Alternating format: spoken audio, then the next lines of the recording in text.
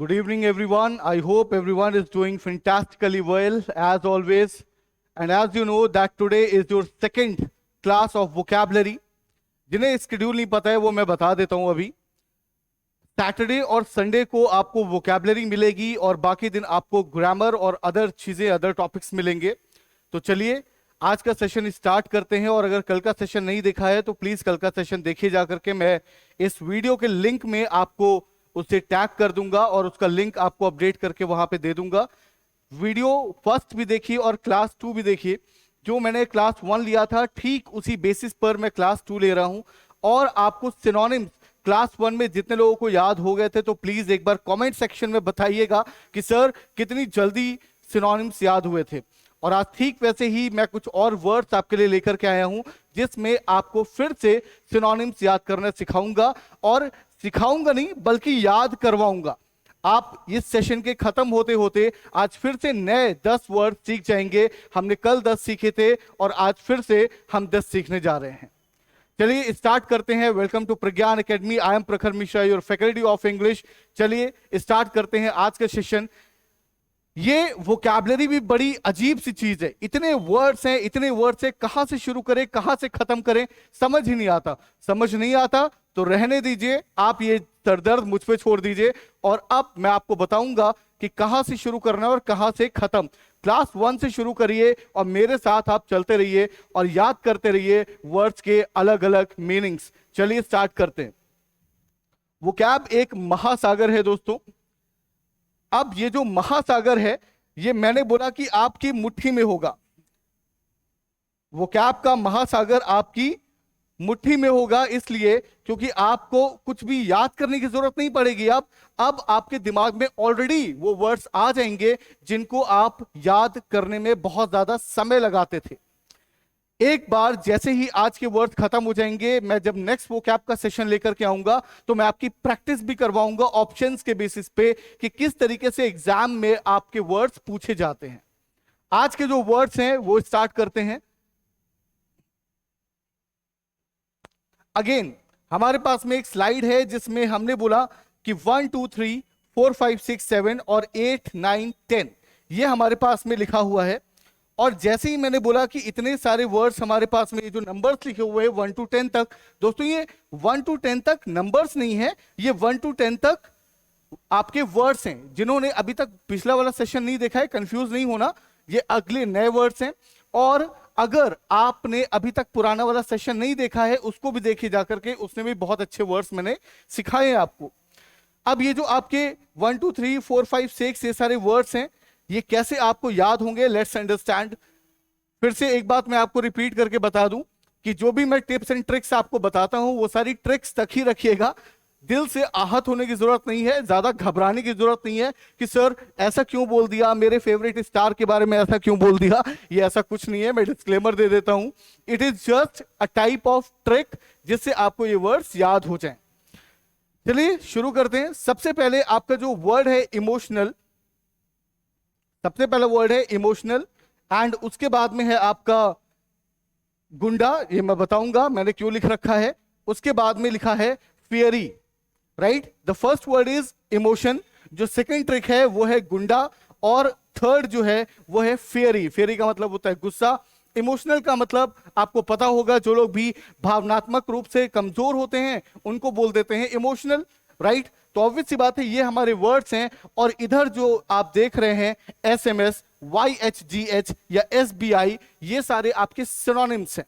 Synonyms मतलब पर्यायवाची, जो आपको दिया जाता है वर्ड और बोला जाता है कि आपको सिनोनिम्स उसके लिखने हैं, ऑप्शंस में से ढूंढ करके टिक करना है, राइट। तो आप ऑब्वियस सी बात है आपको सिनोनिम्स याद करने होते हैं, लेकिन सिनोनिम्स आपको बहुत जल्दी याद हो जाएंगे इस ट्रिक से। मैं आपको एक बार और पढ़ा चुका हूं, एक बार और मैं आपके सामने वोकैब का सेशन ला चुका हूं। ये दूसरा सेशन है। फिर से समझते हैं कि कौन कौन से वर्ड्स हैं और क्या क्या हमें इसमें नया देखने को मिलेगा। सबसे पहले वर्ड है आपका, the first word is emotional. और जो इमोशनल वर्ड है वो आपस अपने आप में ही बड़ा इमोशन सा है, राइट, बड़ा इमोशनल सा है। जैसे ही वर्ड आप बोलते हैं इमोशनल, आपके एक्सप्रेशंस बदल जाते हैं और आप बड़ा दुखी से हो जाते हो। तो ऑब्वियस सी बात है इसके जो हमारे सामने सिनोनिम्स हैं वो भी क्या है? The first one is sugary, Magdalene और सेंटिमेंटल। ध्यान रखिएगा ये मॉडलिंग नहीं है, this is not modelling, it is Magdalene. अब जो मॉडलिन वर्ड है, हमने बोला इमोशनल। अब जनरली तो इमोशन होते हैं सभी के अंदर, लेकिन हर बात पे इमोशनल थोड़ी हो जाते हैं। आज सुबह से शाम हो गई, शाम से रात हो गई, फिर सुबह आ गई, 24 घंटे में कितनी बार इमोशनल हुए? हार्डली 1 या 2 बार किसी बात पे हुए होंगे, या फिर 1 बार भी नहीं हुए होंगे, है ना? तो इमोशनल बहुत ज्यादा नहीं होते हैं। तो एक बस इमेजिन करिए कि आपके पास में एक एसएमएस आया, एक एसएमएस आया जिसके बारे में आप बहुत दिनों से सोच रहे थे, बहुत दिनों से सोच रहे थे कि कब वो एसएमएस आएगा, कब वो एसएमएस आएगा। और जैसे ही वो एसएमएस आया, आपकी आंखों से पानी बह गया, और जैसे ही पानी बह गया आपने बोला अरे मैं तो बहुत ज्यादा इमोशनल हो गया, और फूट फूट के रोने लग गया। और जैसे ही आप फूट फूट के रोने लग गए, इमोशनल हो गए, हमने बोला एसएमएस की वजह से इमोशनल हुए, तो एसएमएस का फुल फॉर्म बना देते हैं, और एस से बना दिया शुगरी, फिर बना दिया मॉडलिन, और एस से बना दिया सेंटिमेंटल। तो फर्स्ट वर्ड है शुगरी, फिर है मॉडलिन, और थर्ड है sentimental. S M S and that is sugary, maudlin and sentimental. I hope ये तीनों वर्ड्स आपको याद हो गए होंगे, राइट? एक बार फिर से प्रैक्टिस कर लीजिए। The first word is sugary, फिर मॉडलिन एंड फिर सेंटिमेंटल। एक एसएमएस आया जिसको पढ़ के आप बहुत ज्यादा इमोशनल हो गए। अब पढ़ के किसी चीज को इमोशनल हो गए हैं तो ऑब्वियस सी बात है उस एसएमएस का फुल फॉर्म बना लीजिए। एस से हो गया शुगरी, एम से हो गया मॉडलिन, और एस से दोबारा हो गया सेंटिमेंटल। आई होप ये आपको याद रहेगा, और यही है आपके सिनोनिम्स इमोशनल के। अब कभी भी अगर इमोशनल वर्ड एग्जामिनर देता है और बोलता है आप सिनोनिम्स हिट करिए, सेलेक्ट करिए ऑप्शंस में सिनोनिम, तो आपको याद रहेगा कि एसएमएस आया था, इसलिए हम क्या हुए थे, इसलिए हम हो गए थे एसएमएस आने के बाद में इमोशनल। और एसएमएस एक वर्ड एस से था, फिर एम से था, और फिर एस से था, और ऑप्शंस में आपको वर्ड दे रखे होंगे। अगर याद नहीं भी रहा तो भी आप इजिली अपनी मिरर मेमोरी के बेसिस पर उसको सॉल्व कर सकते हैं, राइट? तो शुगरी, मॉडलिन और सेंटिमेंटल, आई होप ये तीनों वर्ड्स आपको याद हो गए होंगे।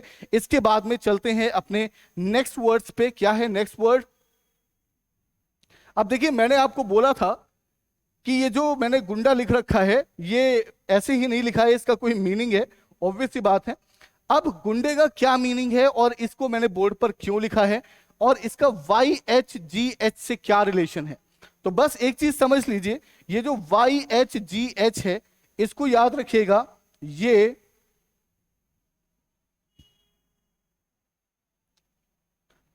हमारा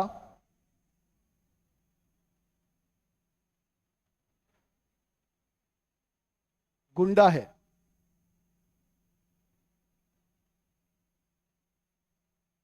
ये हमारा गुंडा है, बस इतना याद रखिएगा। अब जैसे मैंने बोला ये हमारा गुंडा है, तो Y आ गया, फिर यहां पे H आ गया, और यहां पे G आ गया, और यहां पर H आ गया, जो हमने यहां पर लिख रखा है। ये हमारा गुंडा है। हर ग्रुप में दोस्तों के ग्रुप में कई बार ऐसा होता है कि जैसे ही जरा सी भी किसी भी बात पे बहस शुरू हुई तो एक निकल करके सबसे पहले सामने खड़ा हो जाता है और बोलता है कि हाँ ठीक है, इनसे बात करनी है तो पहले मुझसे कर लो।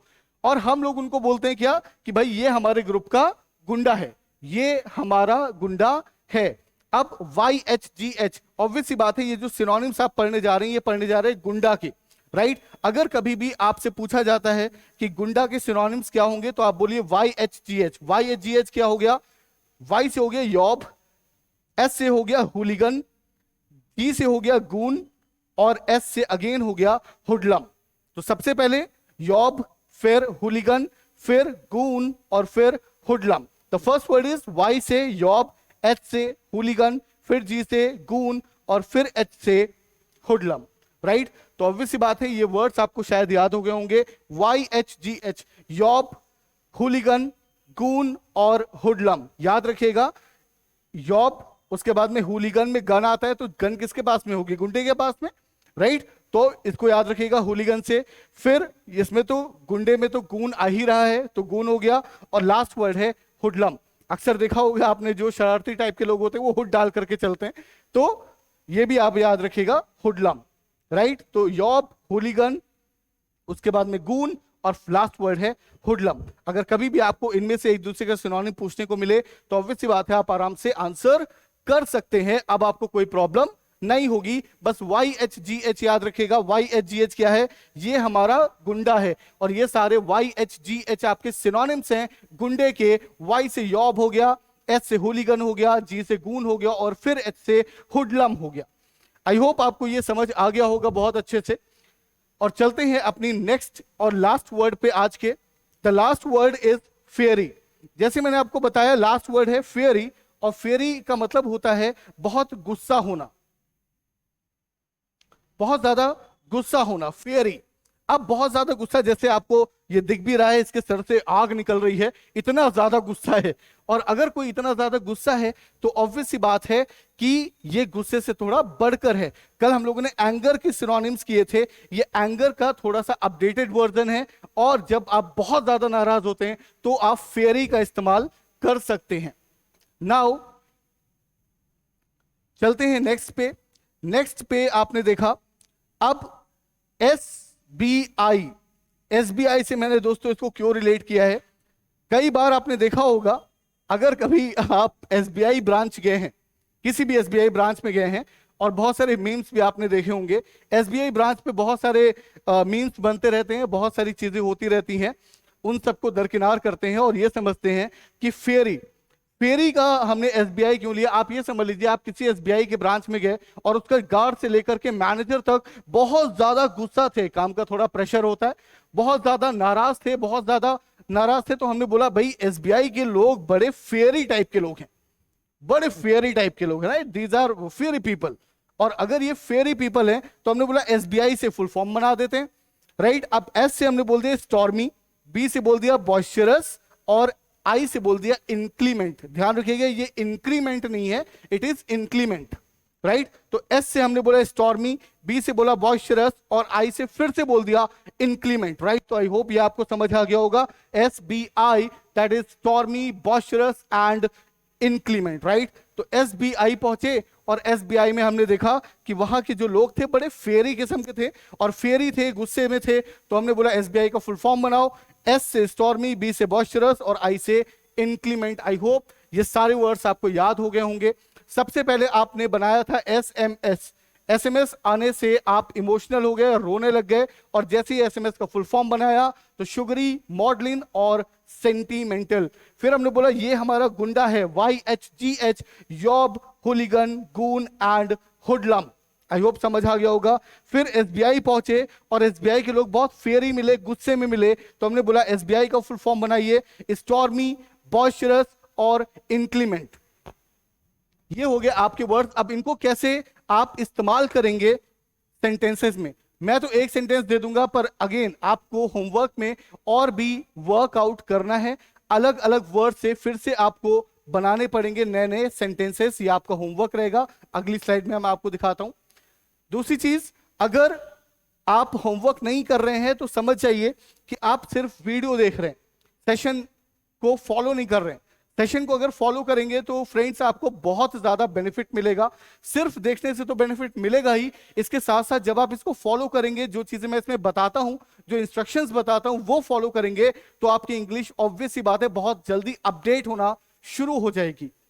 देखिए सपना आपने देखा है, सपना बड़ा है, और अगर सपना बड़ा है और ये आपने देखा है तो ऑब्वियस सी बात है कीमत भी आप ही को चुकानी होगी। इसमें जो लागत लगेगी वो भी आपको लगानी पड़ेगी, जो फ्यूल पड़ेगा वो भी आपको डालना पड़ेगा, जितनी भी आपको त्याग करने पड़ेंगे वो आपको करने पड़ेंगे, कोई और नहीं आएगा। ये आपका सपना है दोस्तों, तो आप ही इसे पूरा कर सकते हो, और कोई आपको साहस दे सकता है, सपोर्ट दे सकता है, लेकिन कोई आपके लिए काम करने नहीं उतरेगा।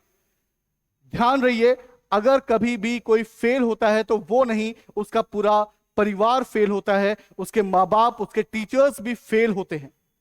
तो ध्यान रखिए इस बात को और मेहनत करते रहिए, जारी रखिए। आने वाले टाइम में बहुत सी वैकेंसीज हैं जिनको हमें काउंटर करना है और मेहनत से उसके पीछे पड़ जाना है, नौकरी तो लेके रहनी है। चलिए नेक्स्ट पे चलते हैं और समझते हैं कि इसको कैसे हम सेंटेंस में करते हैं। नेक्स्ट, अगर मैंने बोला था इमोशनल, तो इमोशनल का सिनोनिम हो गया शुगरी, मॉडलिन और सेंटिमेंटल। अब मैंने एक सेंटेंस आपका बना दिया है, when it comes to my childhood, my mother becomes sugary. Right? My mother's become sugary. That means she becomes emotional. वो बहुत ज्यादा इमोशनल हो जाते हैं when it comes to my childhood. जब मेरे बचपन की कोई भी बात आती है तो वो शुगरी हो जाते हैं, इमोशनल हो जाते हैं. नेक्स्ट मैंने बोला यॉब. यॉब का मतलब क्या था? गुंडा. We never knew that our friend will turn into a Job, right? अब will turn into a Job, और हमें नहीं पता था कि हमारा फ्रेंड जो है वो एक यॉब में कन्वर्ट हो जाएगा, एक गुंडे में तब्दील हो जाएगा, राइट? तो ये यॉब पे एक वर्ड पे मैंने सेंटेंस बनाया, बाकी 3 पे आपको बनाना है, यहां पे बाकी 2 पे आपको बनाना है. नेक्स्ट आपके पास में है fairy, SBI. Stormy is what? The teacher became stormy after Sam's behavior. Right? अब सैम के बिहेवियर के बाद में टीचर छोटा मोटा गुस्सा नहीं हुआ, अरे भाई साहब बहुत नाराज हो गया, बहुत नाराज हो गया, तो बहुत ज्यादा नाराज हो गया. तो हमने एंग्री नहीं लिखा, हमने लिखा स्टॉर्मी. और स्टॉर्मी का मतलब हुआ बहुत ज्यादा किसी बात पे नाराज हो जाना. आई होप आपको सेशन समझ आया होगा, सेंटेंसेस में यूज भी समझ आया होगा. एक बार वीडियो को पूरा देखिएगा, आपको ये वर्ड्स जब तक वीडियो खत्म होगी उसके पहले पहले आपको ये सारे वर्ड्स याद हो जाएंगे, ये मेरी गारंटी है. और आगे वाले सेशन से जुड़े रहिए.